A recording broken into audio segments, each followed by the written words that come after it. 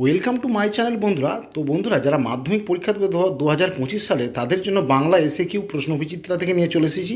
তো আজকের মডেল 16, পৃষ্ঠা 325। তো চলো বন্ধুরা, আজকের ভিডিও শুরু করি।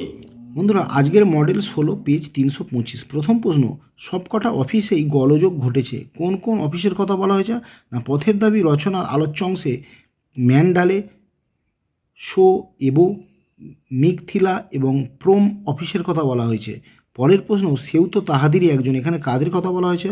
নদীর বিদ্রোহ গল্পে আলোচ্য অংশে তাদের কথা বলা হয়েছে যারা দিবারাত্রি মেল, প্যাসেঞ্জার আর মালগাড়ির তীব্র বেগে ছোটাছুটি নিয়ন্ত্রণ করার দায়িত্ব পালন করত। আমি তোর সঙ্গে লড়ব, কে কী কারণে লড়তে গিয়েছিল? না, অদল বদল গল্পের আলোচ্য অংশে ইসাব কালিয়ার সঙ্গে লড়তে গিয়েছিল, কারণ কালিয়া ইসাবের অন্তরঙ্গ বন্ধু অমৃতকে মাটিতে ফেলে দিয়েছিল। বন্ধুর এই অপমান দেখে ইসাবের মেজাজ চড়ে যায়, তাই লড়তে যায়। পরের প্রশ্ন, এই কথাটাই ভাবছে তপন রাত দিন। কোন কথা? না, জ্ঞানচক্ষু ছোট গল্পে তপন দিন রাত ভাবে তার লেখা নতুন গল্পটা নতুন মেশো ছাপাবে কিনা, এবং গল্পটা ছাপা হলে তার অনুভূতি কী হবে, এই কথাটাই তপন দিনরাত ভাবছিল। পরের প্রশ্ন, সন্ন্যাসী হাসলেন আর চলে গেলেন। এই হাসির কারণ কি?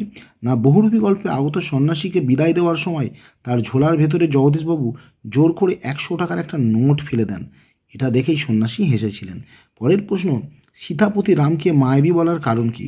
না, রামকে মায়াবী বলার হয়েছে কারণ রাত্রিকালীন যুদ্ধে ইন্দ্রজিৎ রামচন্দ্রকে খণ্ড খণ্ড করে কেটে ফেলা সত্ত্বেও আবার জীবন লাভ করে প্রিয়ানুজ বীরবাহুকে বধ করেছিল।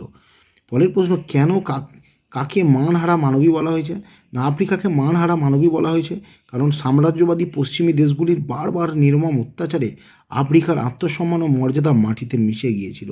পরের প্রশ্ন, পিতার পুণ্যের ফলে। এখানে কার পিতার কথা বলা হয়েছে? না, সিন্ধু তীরের কবিতার আলোচ্য অংশে পিতা বলতে সমুদ্র, নৃপতি, সুতা, পদ্মার পিতার কথা বলা হয়েছে। পরের প্রশ্ন, আমার শুধু একটা কোকিল। কোকিল কিসের প্রতীক? না, বসন্তের দূত কোকিল শুষ্ক ও নিষ্প্রাণ পৃথিবীতে নবজীবনের বার্তা বয়ে আনে। তাই কবির বিশ্বাস, এই রক্তাক্ত পৃথিবীতে কোকিল মানব মনের মানবিক সজীবতার প্রতীক। পরের প্রশ্ন, ঘাস জন্মানো রাস্তায়।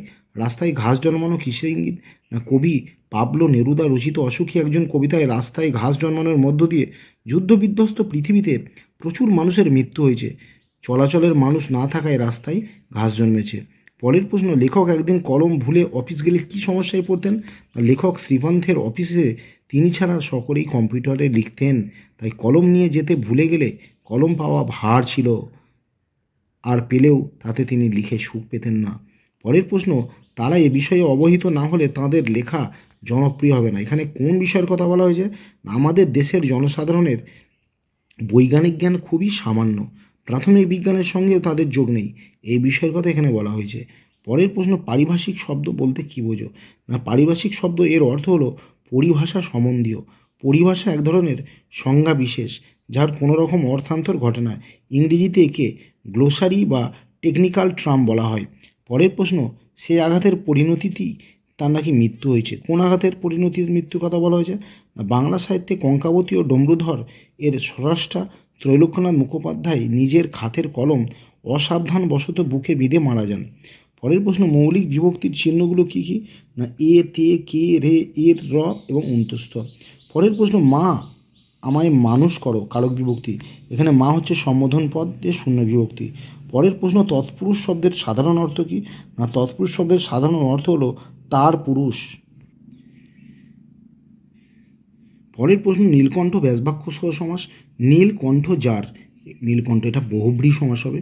পরের প্রশ্ন, জামা কিনতে গেলাম, পাইলাম এক পাটি মোজা। সরল বাক্যে কী হবে? না, জামা কিনতে গিয়ে একটা মোজা পেলাম। পরের প্রশ্ন, বিশেষণ ও বিশেষ্য যোগে একটি বিশেষ্য খণ্ড তৈরি করো। এখানে বিশেষণ ও বিশেষ্য যোগে একটি বিশেষ্য খণ্ড হলো মেধাবী ছাত্র। এটাতে বাক্য রচনা, মেধাবী ছাত্রটি স্কলারশিপ পাইবে। পরের প্রশ্ন, আমাদের ইতিহাস নেই, কর্মবাচ্যে কী হবে? না, আমাদের ইতিহাসে স্থান দেওয়া হয়নি। পরের প্রশ্ন, বোধ হয় কথাটি সে বলে থাকবে। বাক্যটিতে সন্দেহবাচক বলার সপেক্ষে একটি যুক্তি দাও। না, বোধ হয় সংশয়বাচক পদ হিসাবে প্রযুক্ত হয় বাক্যটিতে সন্দেহের ভাব ফুটে উঠেছে, তাই এটি সন্দেহবাচক বাক্য। পরের প্রশ্ন, টেলিফোন বাজে, এটি কোন বাচ্যের উদাহরণ? না, এটা কর্ম কর্তৃবাচ্যের উদাহরণ। এবং আজকের শেষ প্রশ্ন, কর্তৃবাচ্যকে ভাববাচ্য। বন্ধুরা, এই ছিল আজকের ভিডিও। আশা করছি ভিডিওটা তোমাদের ভালো লাগেছে। ভালো লাগলে অবশ্যই লাইক করবেন এবং শেয়ার করবে। আর যারা নতুন তারা অবশ্যই চ্যানেলটি সাবস্ক্রাইব করে সঙ্গে থাকবে। সবাই ভালো থেকো, সুস্থ থেকো, বাই।